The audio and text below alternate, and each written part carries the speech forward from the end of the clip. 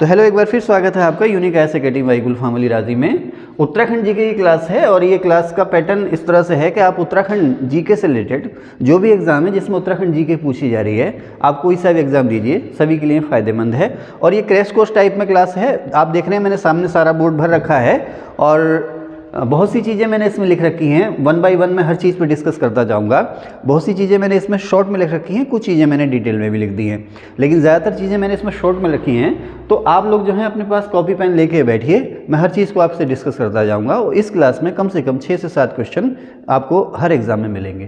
तो ठीक है, आप लोगों से मैं ये कह रहा हूँ, आप लोग कॉपी पेन लेकर के अलर्ट हो जाइए। ठीक है, चलिए तो शुरू करते हैं। सीधे एक्सप्रेस क्लास है ये।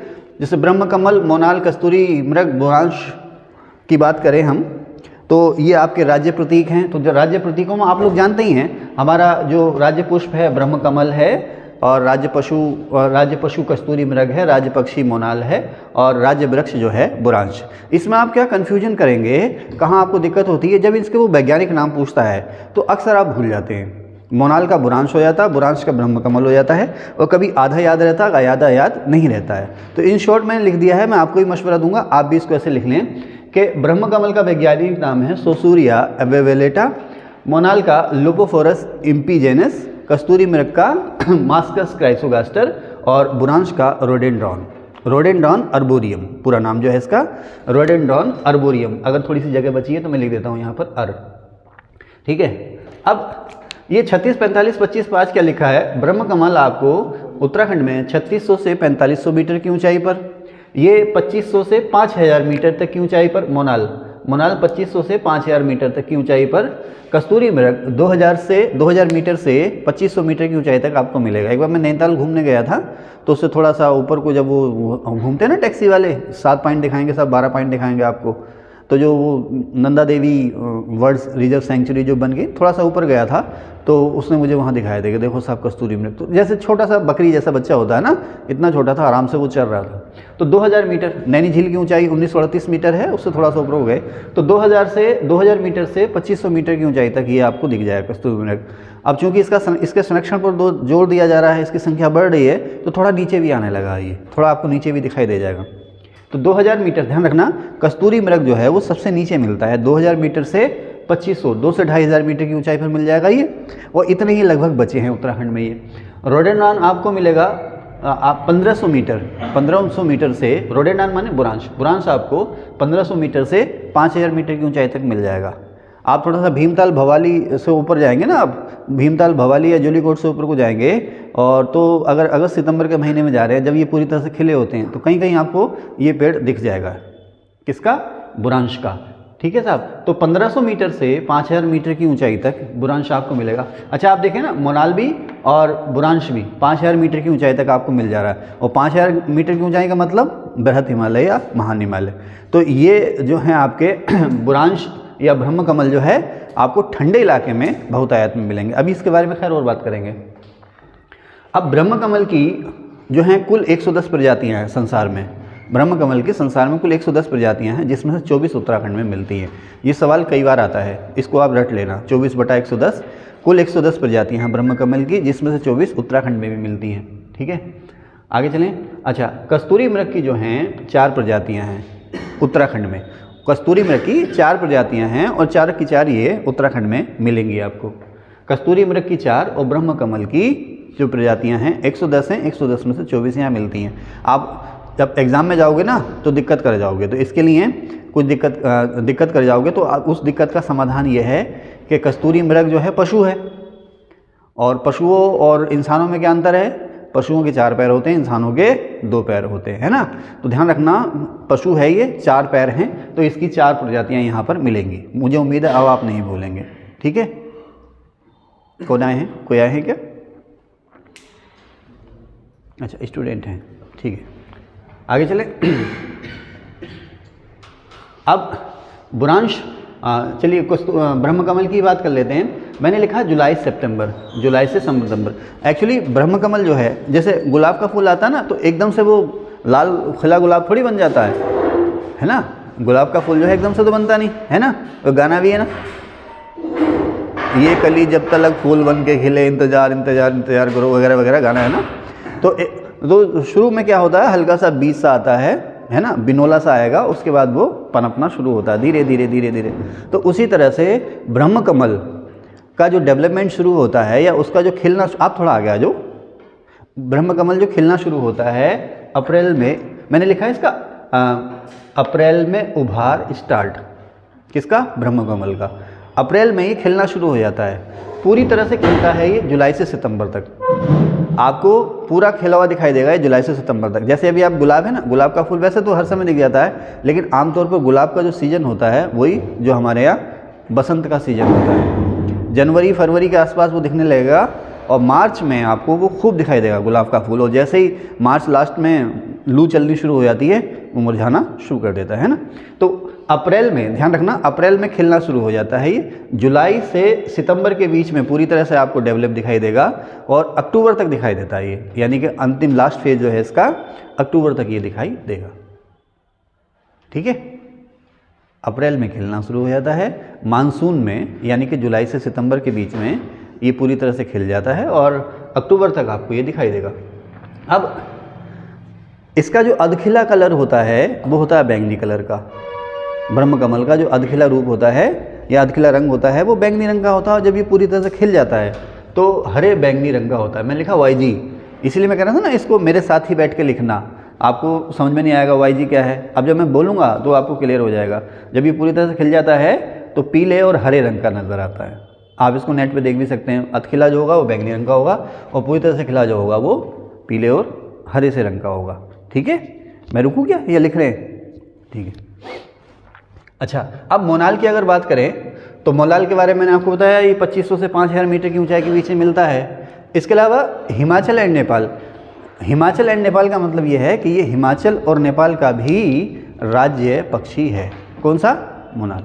मोनाल जो है हिमाचल और नेपाल का भी राज्य पक्षी है। ओके, इसके अलावा अब हमारे यहाँ जो राज्य पक्षी है ना, नर मोनाल भी है और मादा मोनाल भी है। तो जो नर मोनाल है वो हमारा राज्य पक्षी है, ध्यान रखना, मादा मोनाल नहीं, समझ रहे ना, यही पूछ लेगा। नर कस्तूरी मृग और नर मोनाल हमारे राज्य पक्षी हैं, ना कि मादा कस्तूरी और मादा मोनाल। ओके, यहाँ पर महिला सशक्तिकरण नहीं हुआ है।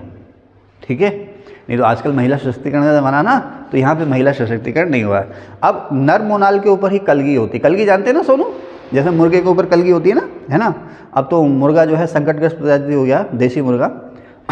तो खैर, हिमाचल और नेपाल का भी राज्य पक्षी है मोनाल, और ये जो है नर मोनाल जो है वो राज्य पक्षी है। 9 रंग का पक्षी है ये मोनाल, और मादा के सिर पर कलगी नहीं होती है, नर के सिर पर जो है वो कलगी होती है। ओके, अच्छा, ये बात भी हमने अक्सर मैगजीन्स में पढ़ी है कि संविधान सभा में जब वोटिंग हुई कि भाई हमारा राष्ट्रीय पक्षी कौन होना चाहिए, तो मोनाल जो है मोर से 1 वोट से हारा था। मोनाल जो है वो मोर से 1 वोट से हारा था। ओके, अब ये घोंसला नहीं बनाता, मैंने लिखा नो घोंसला, मोनाल घोंसला नहीं बनाता है, तो लेकिन अंडे देता है। अच्छा, एक मज़े की बात और है, मैंने यहाँ लिखी नहीं है, लेकिन ये विशेषकर सर्दियों में झुंड में मिलेगा आपको। सर्दियों में जो सर्दियों का मौसम है ना, वो इसका मैटिंग सीजन होता है, प्रजनन काल होता है, तो ये सर्दियों में खास करके आपको झुंड में मिलेगा। और ये पेड़ पर घोंसला बनाता नहीं है, ये भी इसके धीरे धीरे लुप्त होने की एक वजह है। ये अपना घोंसला जो बनाएगा घास के मैदानों में, झाड़ियों में, या पेड़ के जो कोटर होते हैं ना, खोखले तने, उनमें ये अपना घोंसला बनाता है। चट्टानों में, चट्टानों खोखले तनों में अपना घोंसला बनाता है, पेड़ों में ये घोंसला नहीं बनाता। इसका शिकार जो होता है इसके मांस के लिए और खाल के लिए। जो मांसाहारी लोग हैं वो कहते हैं, मुझे तो नहीं पता, वो कहते हैं कि इसका मांस जो है बहुत स्वादिष्ट होता है, और खाल से भी इसके तरह तरह की चीज़ें बनती हैं, जो इसके शिकार की वजह है मोनाल के। ठीक है, अब बाकी वो आपको रटे होगा कि इसका प्रिय भोजन क्या है? आलू। सबको रटा हुआ, इसलिए मैं उस पर जोर नहीं दे रहा हूँ। मोनाल का प्रिय भोजन जो है आलू है, क्योंकि किताबों में लिखा रहता है ना कि ये आलू, पहाड़ पर ये आलू की फसल को नष्ट कर देता है, तो उसी से अंदाज़ा लगता है कि इसका प्रिय भोजन है। ओके, मोनाल। अच्छा, आप बताएंगे, मुझे लग रहा है अमन जी आप बताएंगे, आपकी बॉडी लैंग्वेज से लग रहा है कि आपको ये सब आता है, तो आप मुझे ये बताएं कि कस्तूरी मृग का प्रिय भोजन क्या है? हैं? किसके पत्ते? बांस के? बांज के पत्ते? ना बाबू ना। हाँ भाई, सबसे प्रिय भोजन, हाँ हैं? लाइकेन। अच्छा, मधुमक्खी। अच्छा, हाँ, सूर्यमुखी।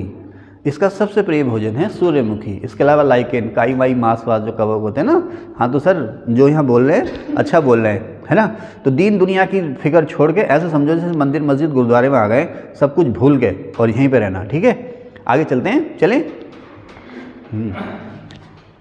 तो अब किधर किसकी बात कर रहे थे हम? कस्तूरी मृग की बात कर रहे थे, है ना। हाँ ओके, कस्तूरी मृग पे आ गए। इसका वैज्ञानिक नाम मास्कस कैलसुगास्टर और 2000 से 2500 मीटर की ऊंचाई पर ये मिलेगा आपको। इसकी उत्तराखंड में 4 प्रजातियां हैं। अब ये केवल आपको मध्य हिमालय में मिलेगा। मध्य हिमालय कौन सा हुआ? पश्चिम हिमालय कौन सा हुआ? हिमाचल और कश्मीर जो हुए ना, वो हुए आपके पश्चिम हिमालय के। तो ये अब जैसे जैसे इसकी तादाद बढ़ रही है तो ज़रूरी नहीं है हल्का सा पूर्वी हिमालय या पश्चिम हिमालय में शिफ्ट हो जाए, लेकिन ये जो है मध्य हिमालय में ज़्यादा मिलेगा। अगर आपसे कोई पूछे तो मिडिल हिमालय, मध्य हिमालय में ज़्यादा मिलेगा। इसकी जो औसत उम्र है 20 साल है। भारत में औसत उम्र क्या हो गई है? पुरुषों की 71 और महिलाओं की 74। ये लिखा दिया मैंने? नहीं लिखा है आपको, है नहीं? मैं वीडियो बनाई तो मैंने इसकी नहीं बनाई। हाँ हाँ, उसमें बता दिया ना मैंने। भारत जो है कि सबसे ज़्यादा आबादी बन चुका है। बाहर कौन है? हैं? फुरकान जी बैठे हैं। चलिए साहब, तो अब कस्तूरी मृग जो है उसकी औसत उम्र 20 साल है। हाँ, भले ही वो 15 साल में निकल ले या 25 साल तक जी ले, लेकिन इसकी औसत उम्र जो है वो 20 साल है। एक बात, वो इसके जो है 2 दांत होते हैं। खुर तो होंगे, खुर समझते हैं ना? खुर समझते हैं ना? जो पशु हैं उनके जो पंजे होते हैं उसे खुर कहते हैं। तो खुर तो हैं ही, पैर हैं तो खुर हैं इसका मतलब। तो इसके सिर पे सींग नहीं होते हैं। कुदरत ने इसे इसके सिर पे सींग नहीं दिए, लेकिन फिर भी अपनी डिफेंस के लिए, रक्षा के लिए इसके मुंह में 2 दांत होते हैं। ऐसे करके 2 दांत होते हैं जो कि दिखाने के हैं। कहते हैं ना हाथी के दांत खाने के और दिखाने के, और 2 दांत हैं इसके। वो उस चबाने का काम नहीं करता उनसे, लेकिन अपनी रक्षा उनसे वो कर सकता। खाने के दांत इसके अंदर और होते होंगे। तो बाहर इसके 2 दांत रहते हैं नुकीले, और इसके सिर पर सींग नहीं होते हैं कस्तूरी मृग के, ठीक है। अब इसे कस्तूरी क्यों कहते हैं? यशुदास साहब गाना भी गा गए ना, कस्तूरी को ढूंढता फिरता मैं हूँ एक बंजारा हो बंजारा। तो कस्तूरी जो है सुगंधित पदार्थ है। ये बहुत सारी कॉस्मेटिक्स है ना, कॉस्मेटिक्स ना, सौंदर्यवर्धक जो क्रीम वगैरह होती है ना, मेरी चमकी खिली त्वचा का राज क्या, वो ऐसे आते हैं ना पंच लाइन। तो तमाम तरह के जो कॉस्मेटिक यानी सौंदर्य प्रसाधन होते हैं उनमें कस्तूरी डाली जाती है। बहुत सारे सुगंधित पदार्थ होते हैं उनमें कस्तूरी डाल दी जाती है। और यौनवर्धक दवाई में ऐसा कहते हैं कि कस्तूरी से बनाई जाती है, ठीक है ना। तो इसके शरीर से जो सुगंधित पदार्थ जिसे हम कहते हैं कस्तूरी, वो निकलता है, उसकी इंटरनेशनल मार्केट में बहुत मांग है, बहुत महंगा बिकता है। तो उसको पाने के लिए इसका अवैध शिकार होता है। अब कहाँ से मिलती है? आप लोग जानते हैं कस्तूरी नाभि से मिलती है, और 3 साल में एक बार वो 35 से 40 ग्राम डेवलप होती है। कस्तूरी जो है इसके पेट में या नाभि में 3 से 4 साल में एक बार डेवलप होती है, और मिलती है वो 30 से 35 या 40 ग्राम, बहुत थोड़ी सी मात्रा होती है। तो जो शिकारी होते हैं इसको निकालने के लिए इसको मार देते हैं, और जो भी उनके पास इंस्ट्रूमेंट होंगे नाभि से उसकी कस्तूरी निकाल के ले जाते हैं। अगर अब डॉक्टर इसको सही तरीके से निकाले तो आराम से ऑपरेशन करके इसको निकाला जा सकता है और इसको स्वस्थ रखा जा सकता है, ठीक है ना। तो कस्तूरी के लिए या सुगंधित पदार्थ जो है उसके लिए इसकी हत्या या उसका शिकार ज़्यादा हो रहा है। बुरांश की बात करें तो रोडेंड्रॉन अर्बोरियम इसका वैज्ञानिक नाम है। 1500 मीटर से 5000 मीटर की ऊंचाई तक मिलता है। अलग अलग रंग का है ये जो है कि हल्के लाल, चटक लाल और सफ़ेद रंग, इनमें मिलता है ये। तो जैसे जैसे ऊंचाई इसकी बढ़ती जाएगी, आप सबसे पहले आप देखेंगे तो ये हल्के लाल रंग का मिलेगा। थोड़ा और ऊपर जाएंगे तो ये चटक लाल, है ना, जिसे कहते हैं ना सुर्ख, चटक लाल रंग का मिलेगा। और ऊपर जाएंगे तो ये सफ़ेद रंग का मिलेगा। 3 अलग अलग रंग हैं इसके, ठीक है, ब्रह्म कमल के ऊंचाई के अनुसार। और ये बुरांश किसकी बात कर रहा हूँ मैं? बुरांश की, सॉरी मैंने ब्रह्म कमल बोल दिया क्या?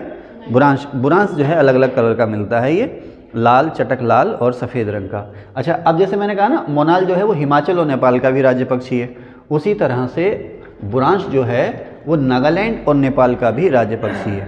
मिलेगा तो आपको ये पूरे हिमालय में हर जगह मिल जाएगा, है ना, चाहे वो ब्रह्मकमल हो, मोनाल हो, कस्तूरी मृग हो, बुरांश हो। लेकिन ये ध्यान रखना कि ये किस अन्य के राज्य पक्षी या राज्य पशु भी हैं। तो मोनाल जो है वो हिमाचल और नेपाल का, और बुरांश जो है वो नागालैंड और नेपाल का भी राज्य पक्षी है, राज्य पुष्प है, राज्य वृक्ष है, सॉरी बुरांश। ओके, समझ गए?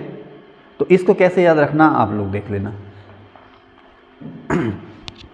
अब बुरांश जो है उसका वेदों में भी उल्लेख हुआ है, वेदों में भी इसको माना गया कि हाँ, मतलब वेदों में इसका जिक्र है, किसका? बुरांश का। वेदों में ब्रह्म कमल का भी जिक्र है। अच्छा, बुरांश का उपयोग क्या है? बुरांश का जूस खूब बिकता है ना, पैकेट में बंद होकर बुरांश का जूस खूब बिकता है और स्वादिष्ट तो होता ही होता है। इसमें बहुत सारे एंटीऑक्सीडेंट्स होते हैं, बहुत सारे मिनरल्स होते हैं और डॉक्टर भी कहते हैं कि ये जो हार्ट डिजीज़, हृदय रोगी जो हैं उनको ये फ़ायदा पहुंचाता है बुरांश या बुरांश का जूस।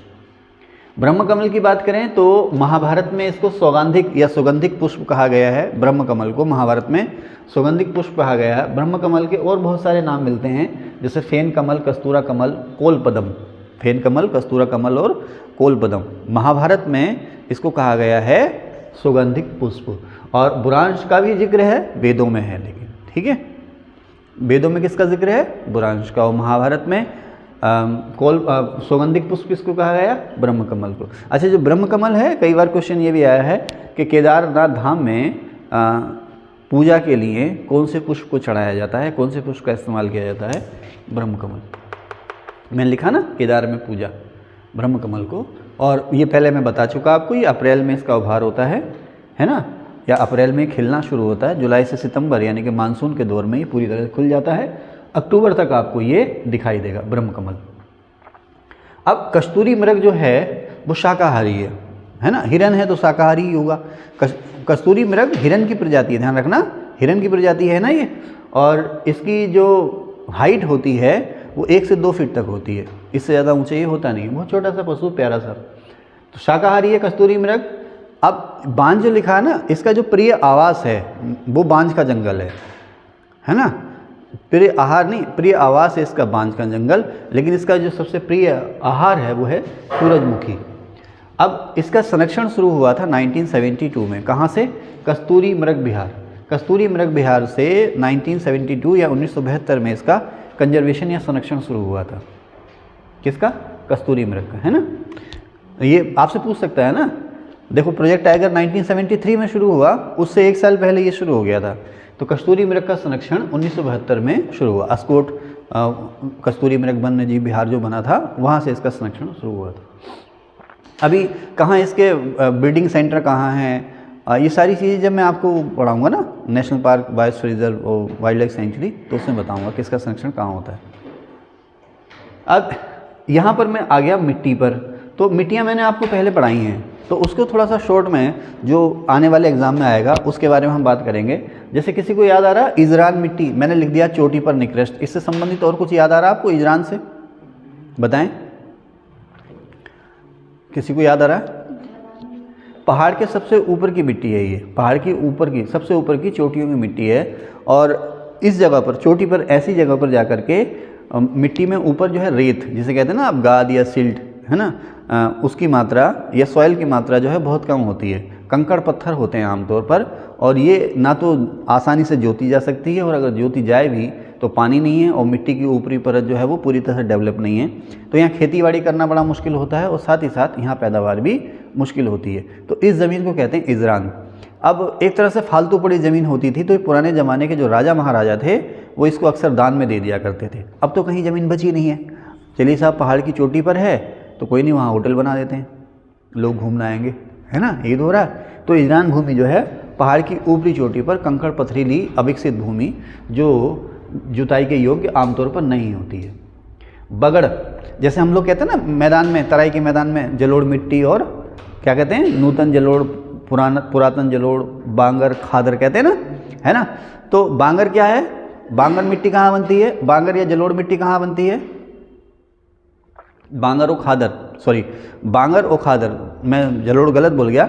बांगर और खादर या जलोढ़, नई जलोढ़ और पुरानी जलोढ़ कहाँ मिलती है? खादर मिट्टी कहाँ मिलती है? नदी घाटियों में, है ना। खादर या जलोढ़ मिट्टी कहाँ मिलती है? नदी घाटियों में मिलती है ना। तो जो पहाड़ पे जो नदियाँ बह रही हैं, नदियों के किनारे, उनकी घाटियों में जो जलोढ़ टाइप की जो मिट्टी मिलती है उसे कहते हैं पहाड़ में बगड़।